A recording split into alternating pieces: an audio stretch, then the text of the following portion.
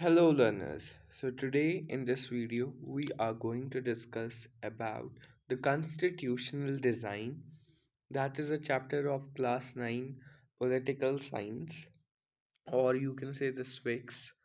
So constitutional design, to study this chapter first we have to understand what is a constitution. A constitution is, in a country basically, is set of laws, or we can say the book of laws.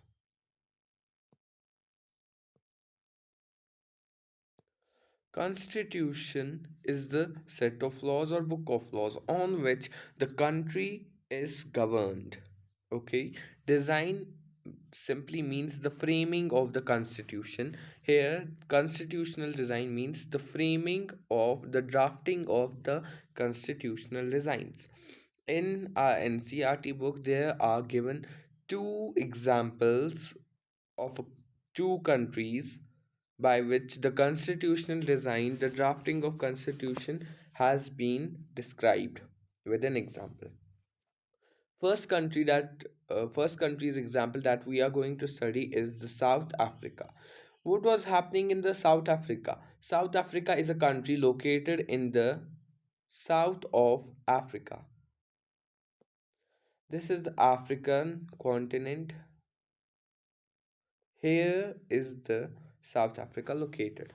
So, what was happening in the South Africa? There were black and white people, but the black were apartheid by the white minority. What does apartheid means? Apartheid means marginalized.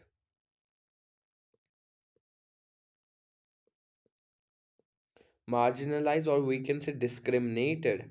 So what was happening in the South Africa? The black people, the black were in majority. The black were, they were there, it was their homeland, but they were apartheid or marginalized by the white people. But the minority was from where did the white people came? The white people came from the Europe, from the Britishers. You know that the aim, the ambition of the Britishers was to imperialized the British rule over the world. So they colonized almost each and every part of the world. So they also colonized South Africa, and some of them, the Europeans, the white people, stayed there. So what was the ambition to of the white people in South Africa? They wanted to enslave the South Africans. Okay, so it resulted, as you know, that if there is any sort of discrimination, a person, a leader arises. Why? Because to stop, to enclose the kind of marginalization. So a leader came to resolve this matter, known as Nelson Mandela or Nelson Mandela. Nelson Mandela came. He was also in black. So what he did, he formed a party called ANC, African National Congress. So what was the ambition of Nelson Mandela? Nelson Mandela's ambition was to stop the discrimination against the black majority done by the white minority on them. So what was, he was against the discrimination, the apartheidness, he was against. So what happened to him? He was imprisoned in 1964. He was imprisoned in 1964 in Robinson Island. For what? We can say, in it was not for the actual reason, but according to the white mid minority, he was charged by the treason. You mean, treason means that when a person actually betrays his nation, then the person is charged with the punishment of treason. So he was imprisoned in 1964, where in Robinson Island, and then he was released in the 1992. So after this, the black majority won, and the drafting of the African constitution was done. And what happened to the white minority? What did Nelson Mandela? He was the first president of South Africa. So what he did not took any revenge. Even he gave them a choice that they gave them the choice that if they wanted to stay in South Africa, they can stay, and if they wanted to go to another country, to Europe, they can go. He gave them free, no revenge was taken. So here a question arises: why do we need a constitution? What is the function of constitution, and why the people are agreeing the constitution? Why not dictatorship? Why not tyrannical rule? Why not the, what do you call, the privileged rule? So the first point, that is, constitution has written laws accepted by people. Constitution has written laws. It has a book, a formal writing of laws that is of the choice of people, that is accepted by the people. Okay, it generates trust and coordination. Yes, it does generate the trust and coordination between the government and the people. It helps in the smooth functioning of the government, because if the both the citizens and the government are have a trust, a coordination between them, it can this country can become a superpower. So it specifies how a government should be constituted. It allows the people to choose their representatives, to choose their government. It also helps in the smooth functioning of the government.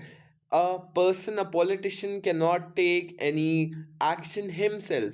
He first had to check out the constitution. If he violates the any rule of the constitution, then people have full authority to dismiss that as their representative.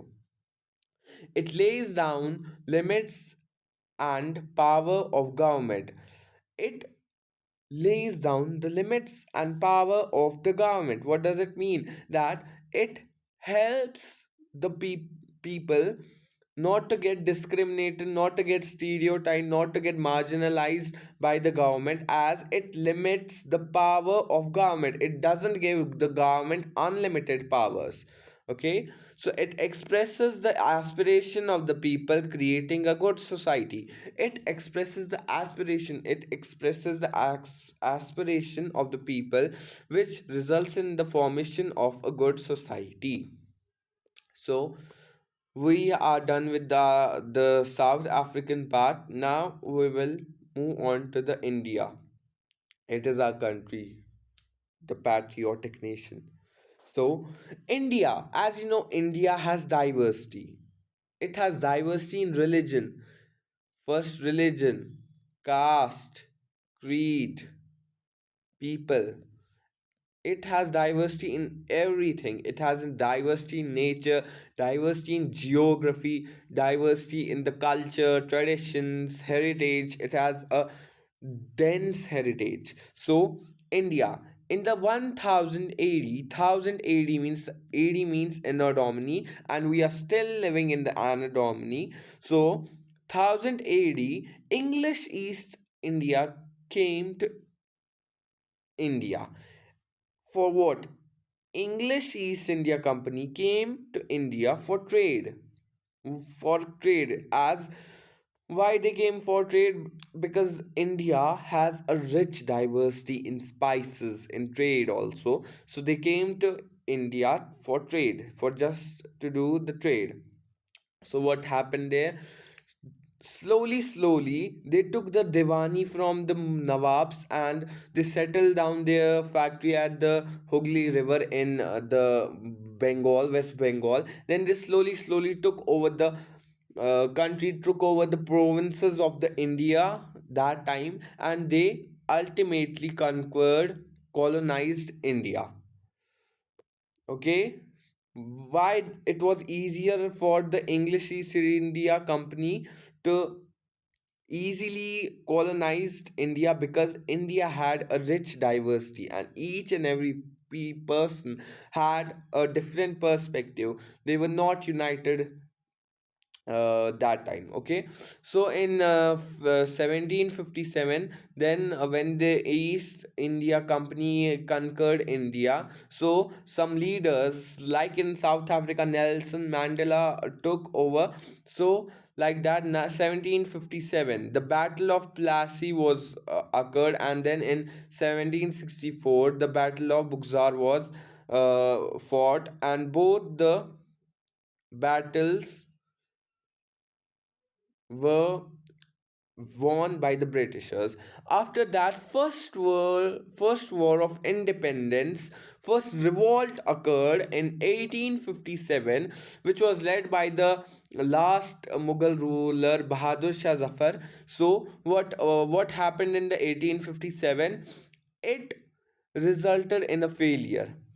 It why Basically, why it happened because the indigo planters, the peasants, the armies, indigo peasants were only permitted to grow the indigo on their land and nothing else, and they had to give some extra tax, extra.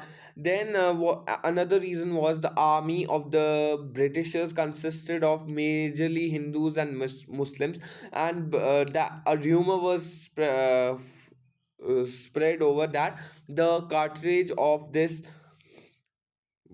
gun was made up of the fat of pig and cow, which was the prohibited for both the Hindus and Muslims. So what happened after the 1857 first war of independence? It led to the failure of the revolt, and then what happened from 1857 to 1947? Direct English rule. It means that uh, in from 1080 from 1757 to 1857 it was the indirect rule of the Britishers. But after the First World War of Independence, the direct rule was given to the Britain, the England, and this point was omitted by me accidentally. So in 1757, after the Battle of Plassey, the Diwani was given to the English. Okay, so here comes the drafting of the Indian Constitution. Indian Constitution was drafted in 6 or 9 November in 1946. A a constituent assembly was formed which consisted of 399 members. Later, which was broken down into two parts because after the partition, there came two countries, India and Pakistan, which led to the separation of constituent assembly also. 299 members were of India and 100 members were in Pakistan. So 1946, the formation of constituent assembly, and it also led to the starting of making of the Indian Constitution. And in on 26 November 1949, the Indian Constitution was completed, and on 26 January 1950 implemented on the people. So, constitution makers included the B.R. Ambedkar drafting community chairman, who was the drafting community chairman of the constitution. So, the Indian constitution is the largest constitution in the world. So, this was all for today. Thank you. See you in the next lecture.